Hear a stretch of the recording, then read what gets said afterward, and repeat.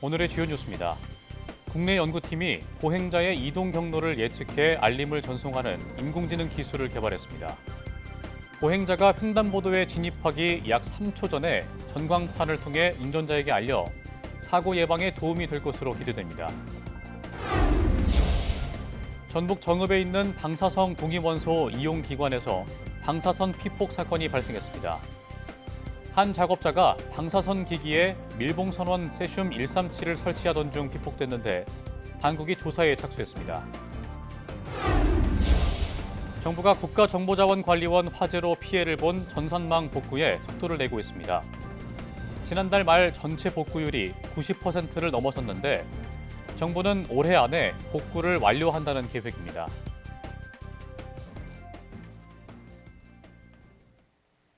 여러분 안녕하십니까? 사이언스 투데이 시작합니다. 교차로 사고 대부분은 운전자가 보행자를 보지 못하거나 반대로 보행자가 차량 접근을 인지하지 못해 발생합니다. 그런데 국내 연구진이 보행자의 이동 경로를 예측해 사고를 예방하는 인공지능 기술을 개발했습니다. 임누솔 기자가 보도합니다. 횡단보도 옆 전광판이 깜빡이며 보행자 접근 위험을 표시합니다.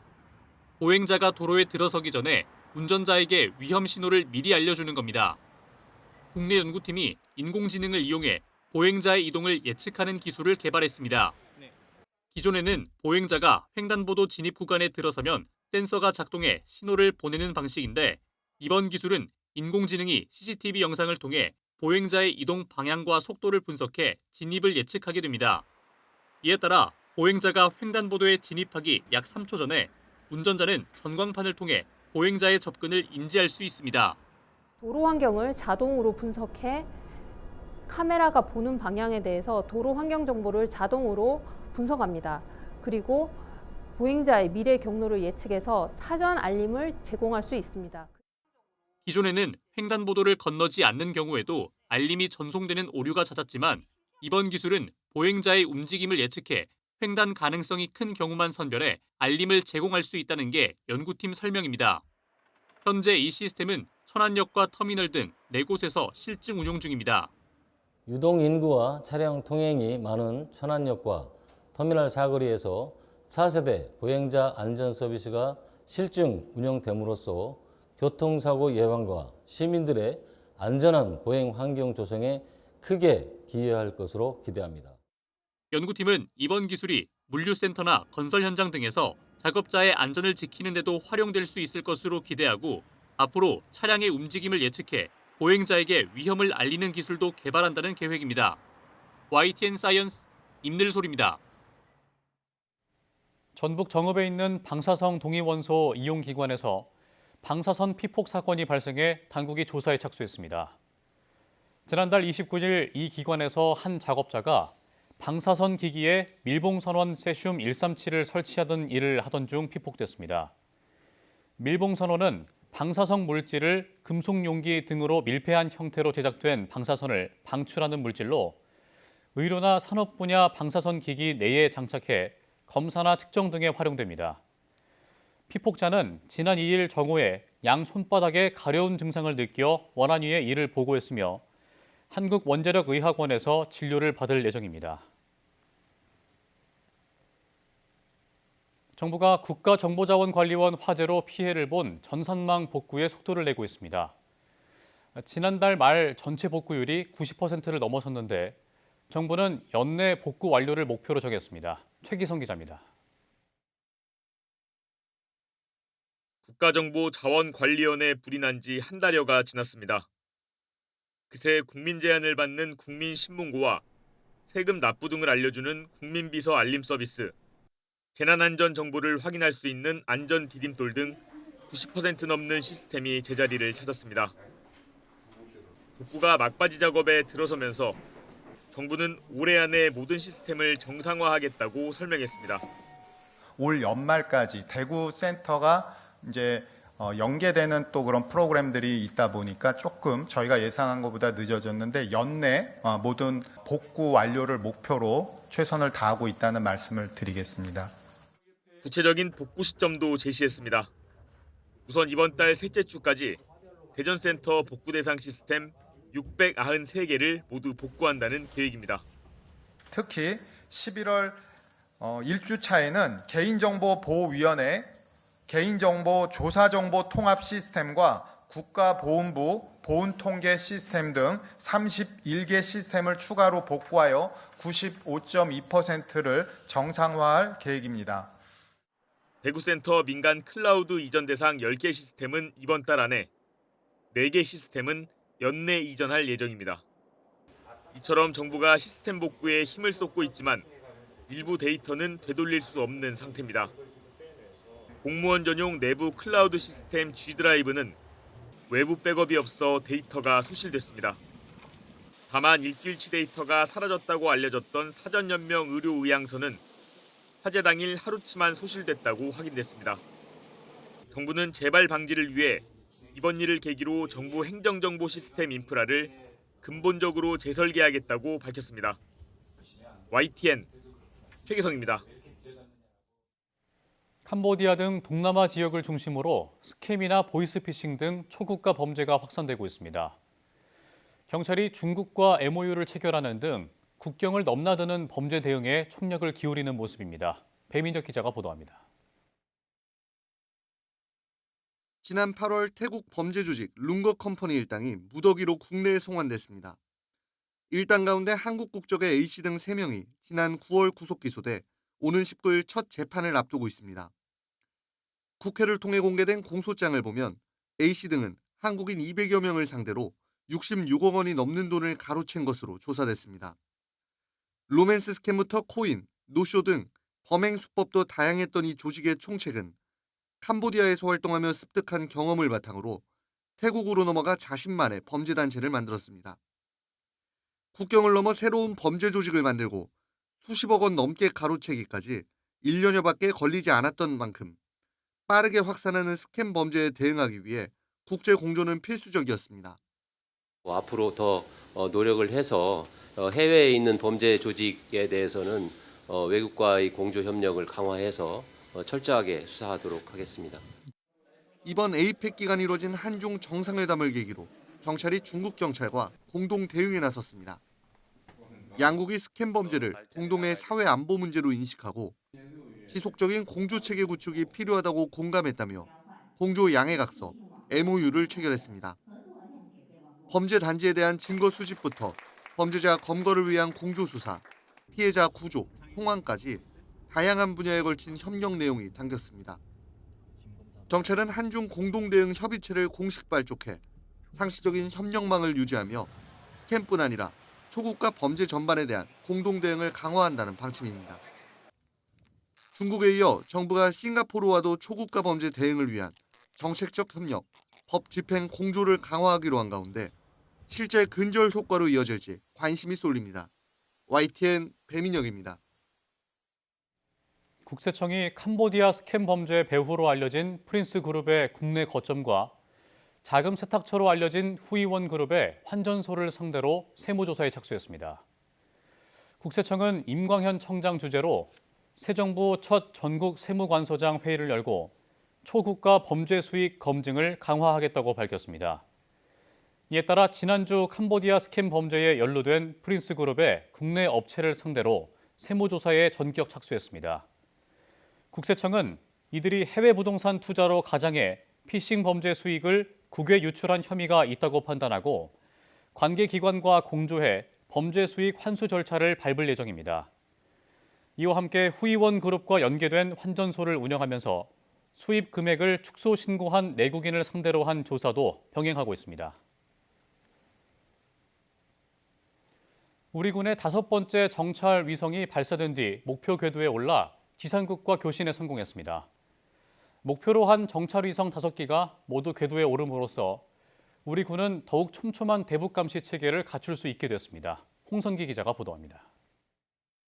3, 2, 1, engines for power, and lift off.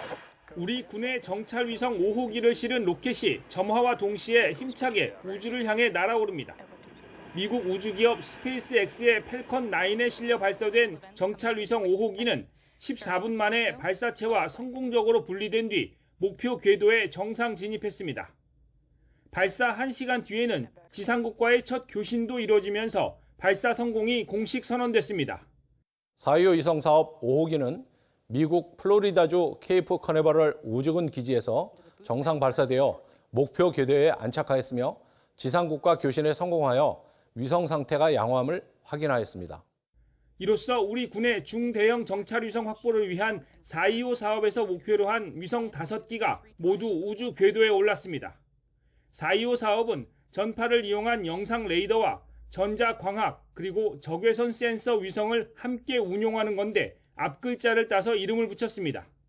정찰 위성 1호기에는 전자광학 적외선 촬영 장비가 탑재돼 선명한 이미지 확보가 가능합니다. 2호기부터 5호기는 흐린 날씨에도 주 야간 모두 임무 수행이 가능한 영상 레이더가 실렸습니다.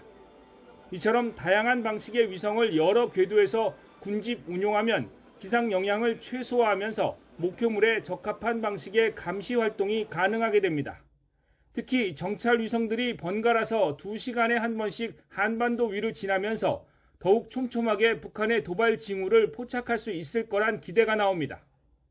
총 5기의 정찰 위성을 군집으로 운용하게 되는 그런 체계를 갖춰줌으로써 우리 군은 북한의 도발 징후를 더욱 빠르고 정확하게 식별할 수 있는 독자적인 감시 정찰 능력을 어느 정도 갖추게 되었다라고 하는 거고요. 우리 군은 초소형 위성 개발까지 마무리되면 감시 전력 강화는 물론 독자적인 우주 전력 구축까지 가능해질 것으로 기대하고 있습니다. YTN 홍성기입니다.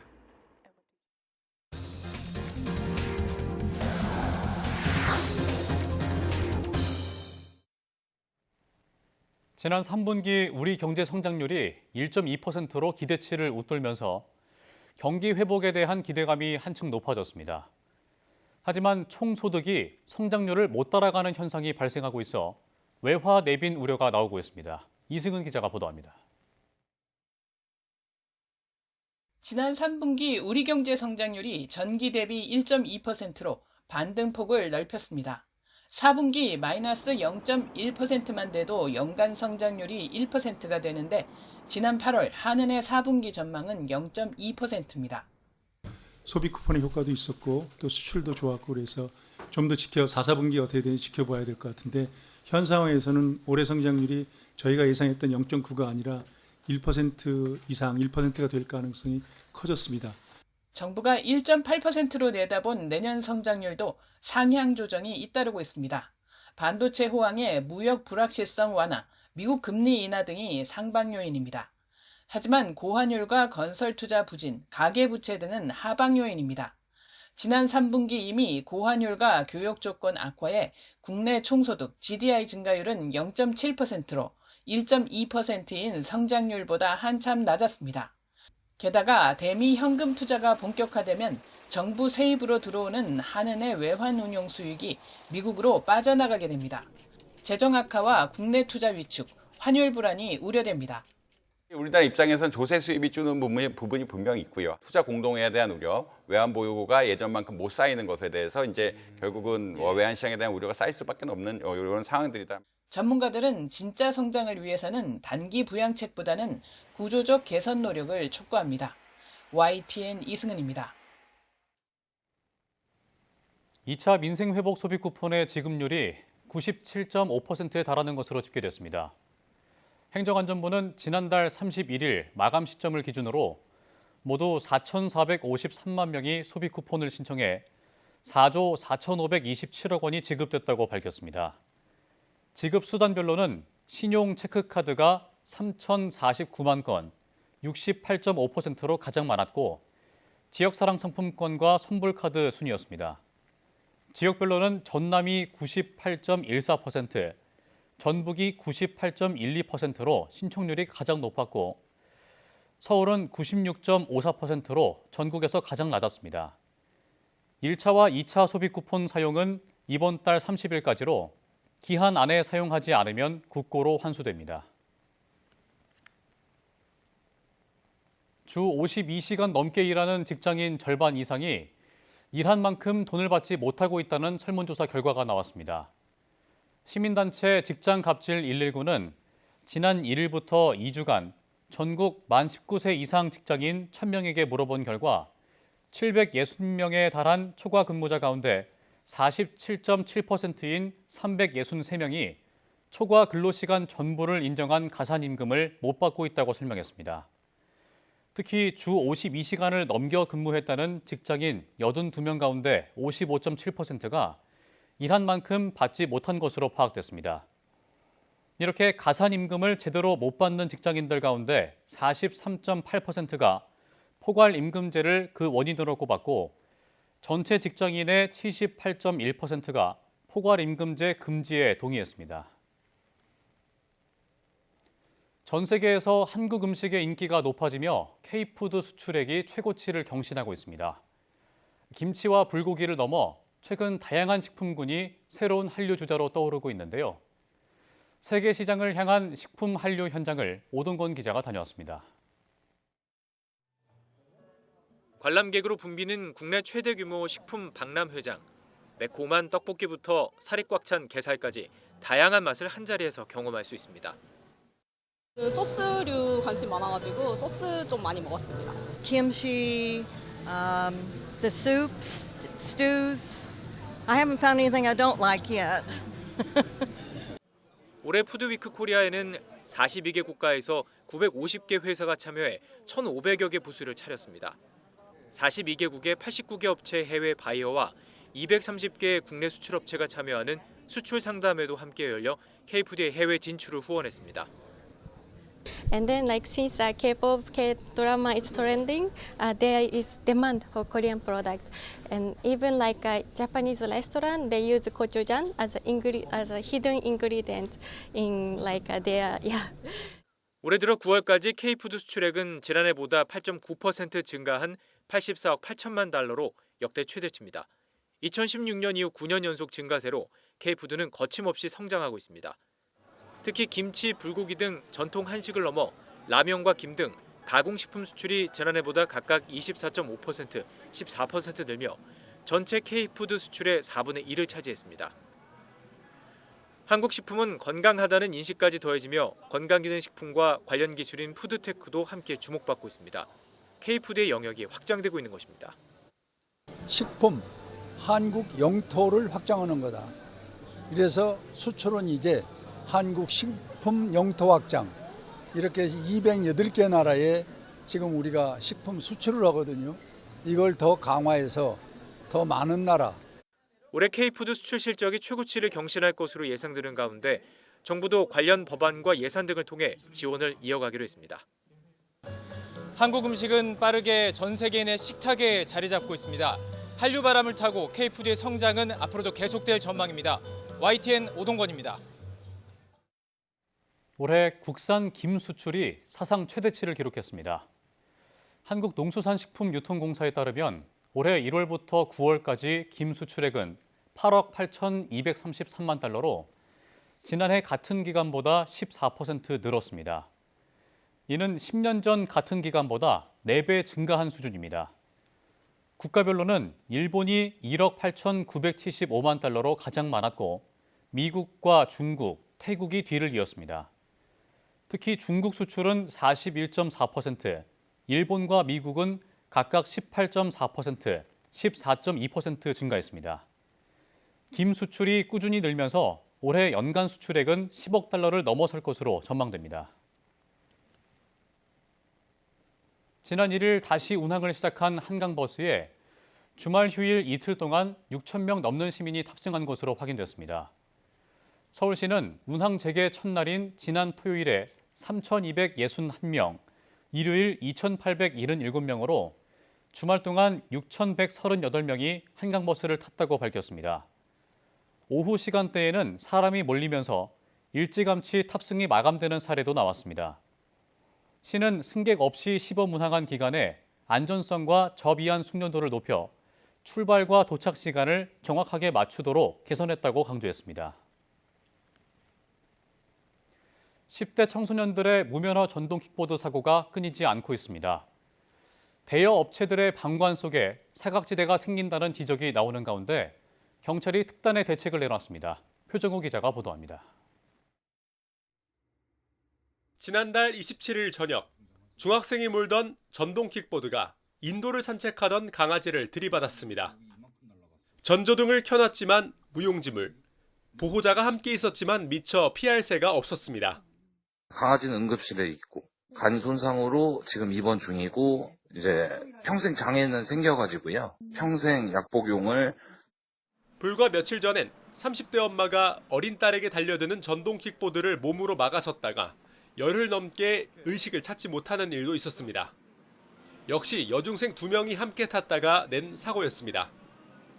현행법상 전동 킥보드 같은 개인형 이동장치는 만 16세 이상이면서 제2종 원동기 장치 자전거 면허 이상의 운전면허를 취득해야 합니다.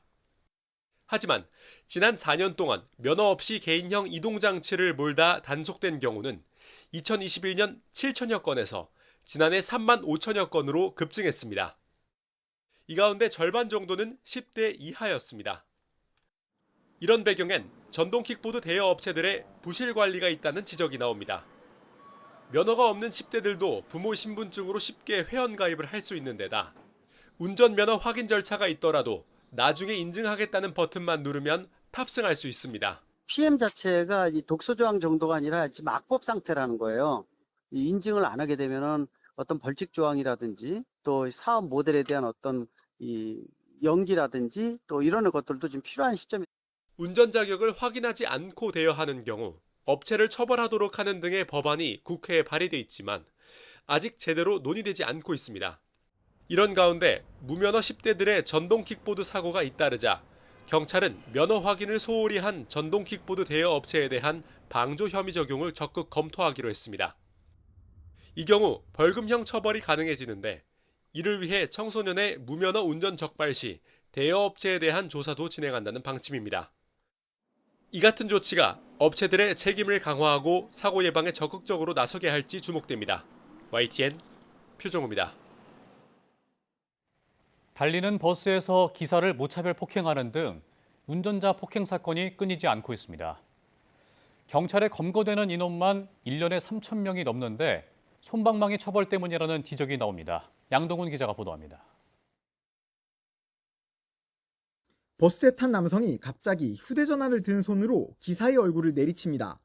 무차별적인 폭행이 이어지고 결국 버스는 중앙분리대를 들이받고 멈춰섭니다. 지난달 인천 효성동 도로를 달리던 시내버스에서 20대 운전자를 폭행한 50대 남성이 구속됐습니다. 지난 8월에도 경기 김포에서 택시에 탄 여성이 주행 중인 70대 기사를 손발과 신발 등으로 마구 때리는 등 운전자 폭행 사례는 계속 이어지고 있습니다.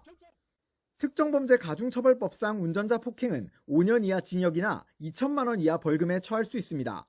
2년 이하 징역이나 500만 원 이하 벌금인 일반 폭행죄보다 형량이 2배 이상 무겁습니다.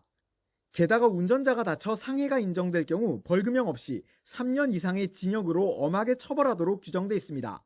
하지만 이런 무거운 처벌 규정에도 불구하고 운전자 폭행 사건은 끊이지 않는데 지난 2022년부터 지난해까지 매년 3,000명 넘게 이 같은 혐의로 검거됐습니다. 운전자 폭행이 이렇게 빈번한 이유로는 솜방망이 처벌이 꼽힙니다. 최근 3년 동안 법원에서 운전자 폭행 혐의로 1심 선고가 내려진 피고인 가운데 실형이 선고된 비율은 20% 정도에 불과합니다. 징역형 집행유예가 40%를 넘고 30% 정도는 벌금형이 선고됐습니다. 법에는 강력한 처벌하도록 정해져 있는데 실제 처벌 자체가 약합니다. 법원에서 강력한 처벌을 해야지 행위자들도 경각심을 가지고 근절할 것으로 보입니다. 운전자 폭행은 일반 폭행과는 달리 교통사고로 이어져 더 큰 피해가 발생할 수 있는 만큼 엄정한 대응이 필요하다는 지적입니다. YTN 양동훈입니다.